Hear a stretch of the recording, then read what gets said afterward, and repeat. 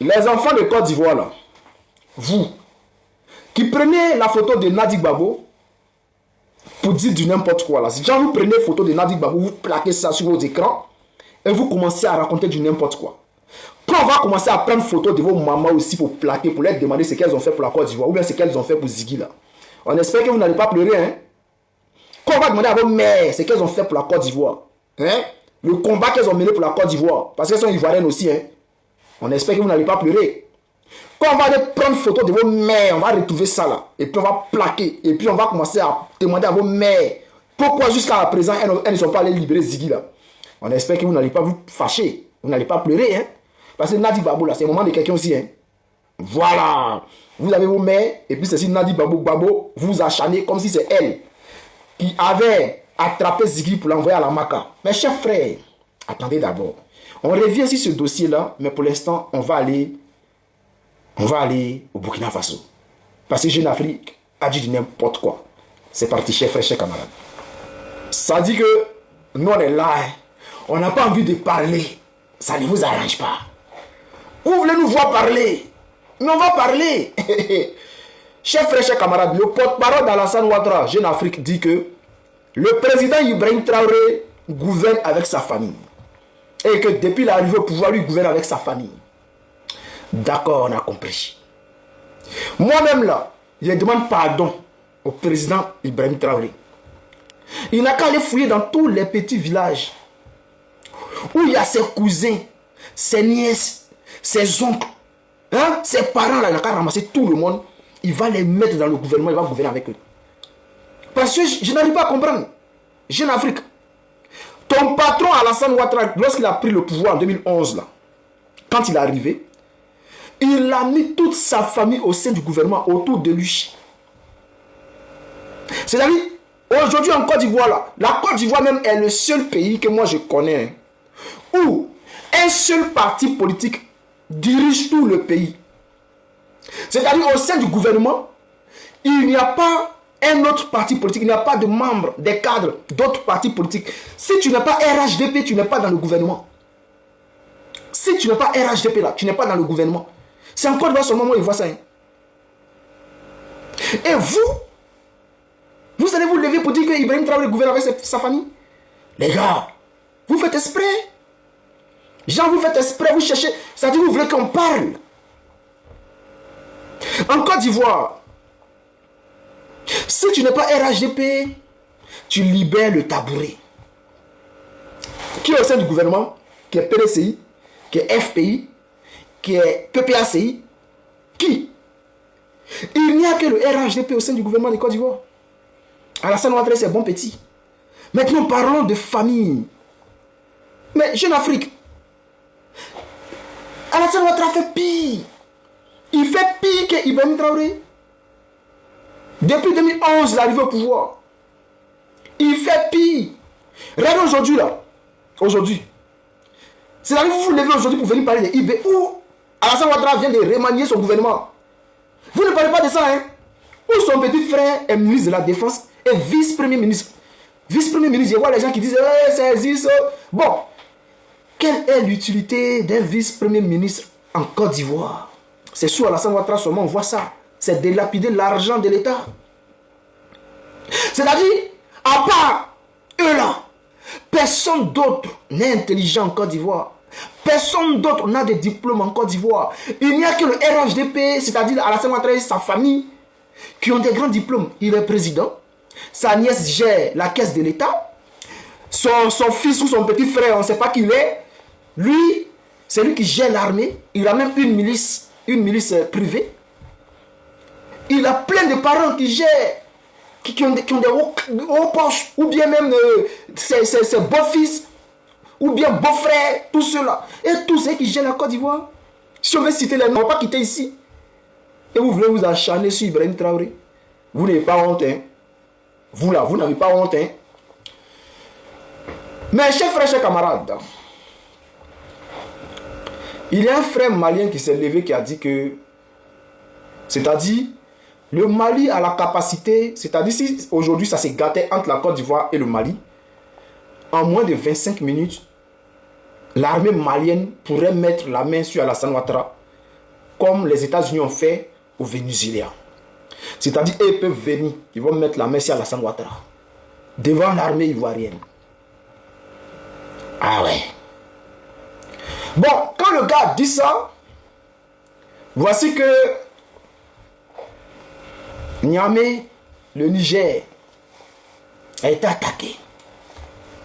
Ça dit, ils ont laissé le Mali, ils sont allés attaquer le Niger. Les gars voulaient renverser le président Aboudraman Tiani, ou même empêcher l'uranium de sortir. Parce que ce n'est pas moi qui le dis, c'est un Français, je ne sais pas si c'est un journaliste ou bien c'est un blogueur français qui le dit, que l'aéroport de Niamey a été attaqué parce que le Niger cherche à faire sortir l'uranium.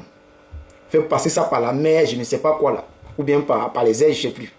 Mais, lui il pense que c'est la France, c'est un Français qui parlait, hein, ce n'est pas un Ivoirien, ce n'est pas un Africain, c'est un Français. Il dit, lui pense que le Niger a été attaqué hier, bah, parce que, voilà, le Niger cherche à faire sortir de l'uranium. Et lui pense que c'est la France qui est derrière, selon lui. Ceux qu'on a attrapés là, ce ne sont pas des Français. C'est-à-dire ceux qui sont allés attaquer le Niger, qui ont voulu faire le coup d'État ou bien déstabiliser le Niger, ce sont des Africains. On les a attrapés. Là, je sens que le nom de l'oncle va encore sortir dedans. Parce qu'Aboudraman Tiani là, lui s'amuse pas, hein? Quand lui l'attrape là, tu parles, hein? Et quand tu finis de parler là, lui vient, il prend sa caméra et puis il commence à citer des noms. Lui là, il tourne pas autour du point. Quand c'est toi là, il va dire ton nom, il va dire c'est toi. Donc, chers frères ivoiriens, prions Dieu. Prions Dieu pour ne pas que le nom de l'oncle soit dedans. Parce que si son nom est sorti là-bas encore, et cette fois-ci là, je ne pense pas que l'AES va croiser les bras pour dire non, qu'ils vont rester sur la défensive. Chers frères, prions pour ne pas que le nom de l'oncle soit dedans. Voilà. Maintenant, j'aimerais parler un peu de la Côte d'Ivoire. En ce moment, on a des frères ivoiriens qui passent leur temps à s'attaquer à la femme de notre président Gbagbo Laurent, qui parle de Ziggy, qui l'accuse, qui accuse la femme de notre président. Et ces personnes-là disent du n'importe quoi. Ces personnes-là disent du n'importe quoi. Ce que j'aimerais dire à ces personnes-là, c'est que, les gars, pendant que vous parlez de Nadi Gbagbo là, pendant que vous l'accusez, sachant très bien que ce n'est pas elle qui a arrêté Ziggy pour le mettre en prison. Elle fait ce qu'elle peut. Parce que elle prend Ziggy comme elle a pris Ziggy comme son fils. Elle considère Ziggy comme son propre fils. Elle l'aime. Ziggy n'est pas rentré en politique à cause de Nadi Gbagbo. Ziggy n'a pas prononcé, il n'a pas les mots qu'il a fait, il a dit là. Il n'a pas prononcé ces mots là à cause de Nadi Gbagbo. Et Nadi ne l'a pas envoyé. Nadi Gbagbo ne l'a pas envoyé pour aller dire que voici. Même si ces mots-là ne sont pas graves. Pour ces mots, on ne peut pas envoyer quelqu'un en prison. Pour dire que, genre, quand quelqu'un dit, ouais, les gars, allons-y dans les maquis, portons maillot, portons les quais, on ne peut pas mettre quelqu'un en prison pour ça. C'est seulement en Côte d'Ivoire qu'on voit ça. Et quand vous voyez que la justice est bâclée, et que c'est du n'importe quoi, vous devez vous attaquer à la justice de Côte d'Ivoire et à Alassane Ouattara, parce que c'est lui qui a mis Ziggy en prison. Nadi Gbagbo n'a rien à voir dedans. Mais quand vous vous levez, vous attaquez à elle. Quand vous plaquez sa photo pour parler d'elle, vous trouvez ça normal? Si on prend la photo de vos mamans pour commencer à plaquer aussi là, est-ce que ça va vous plaire? Parce que si on commence à prendre les photos de vos mamans là, pour poser la question, pour savoir ce que vos mamans ont fait pour la Côte d'Ivoire, ce que vos mamans ont fait dans cette lutte-là, ce que vos mamans ont fait dans cette lutte-là, est-ce que ça va vous plaire? Vous-même, vous parlez de Nadi Gbagbo là, mais vos mamans ont fait quoi pour Ziggy? Elles ont apporté quoi à Ziggy? Quelle aide elles ont apporté à Ziggy, vos mamans là? Et puis vous attaquez à Nadi Gbagbo. Jean, c'est trop votre camarade. Jean, vous pensez que c'est votre ami. Elle a fait quoi de mal? Le fait d'aimer Ziggy là, c'est un crime. Parce que nous tous là, on est rentrés en politique là. On n'avait pas de lien avec elle. Personne n'avait un lien avec Nadi Gbagbo lorsque nous tous sommes rentrés en politique. Lorsque nous tous nous avons commencé à placer nos caméras pour parler là, ce n'est pas à cause d'elle. Toutes les personnes qui se font arrêter aujourd'hui là, ce n'est pas à cause d'elle. Alors, chers frères, chers camarades, je vous demande, de la manière que vous plaquez sa photo pour la dénigrer là, si on place les photos de vos mamans là, j'espère que vous n'allez pas vous fâcher. Hein? J'espère que vous n'allez pas vous fâcher. De la manière que vous prenez la photo de Nadi Gbagbo pour plaquer, pour l'attaquer là, j'espère que si on commence à placer les photos de vos mamans là, pour les attaquer aussi, pour demander ce qu'elles ont fait pour Ziggy, c'est quel le combat qu'elles ont mené pour la Côte d'Ivoire, parce qu'elles sont ivoiriennes. Hein? J'espère que vous n'allez pas vous fâcher. Hein? Parce que trop c'est de trop. Hein? Elle a aussi ses enfants. Hein? Ces enfants-là sont sur les réseaux. Hein? Ils voient tout ce qui se passe. Hein? Donc faites très attention, les gars. Parce que chercher l'argent sur Internet ne vous donne pas le pouvoir de tout faire. Hein? Vous n'êtes pas obligé de faire des vidéos chaque jour. Bon, je comprends. Vous êtes obligé de faire des vidéos chaque jour parce que vous avez besoin de gagner quelque chose pour manger. Mais, maman des gens là, c'est maman des gens. Hein? Voilà. Je sais qu'il y a d'autres qui vont dire, et toi-même tu t'attaques à Alassane Ouattara. Moi là, je suis PPACI. Alassane Ouattara a attrapé les gens du PPACI pour les mettre en prison. Voici pourquoi je demande à Alassane Ouattara de les libérer. Et je dis à Alassane Ouattara qu'il n'a pas le droit de faire un 4e mandat. Et nous allons combattre son 4e mandat jusqu'à la fin de nos vies. Je ne l'ai jamais insulté. Sa femme est là. La femme d'Alassane Ouattara est là. Je ne l'ai jamais attaqué. Est-ce que vous comprenez? Même si elle n'a pas parlé dans l'affaire de Ziggy, elle a aussi des enfants. Et si on prenait ses enfants comme ça pour les mettre en prison là, est-ce qu'elle allait être contente? Non. Vous allez me dire non, mais ces enfants ne font pas la politique. Si, ils font la politique. Cacao de Côte d'Ivoire, c'est eux qui gèrent. Tout ça, c'est politique. Ce sont ces enfants qui gèrent Cacao de Côte d'Ivoire. Donc tout ça, c'est politique. Ils ont plein d'entreprises en Côte d'Ivoire.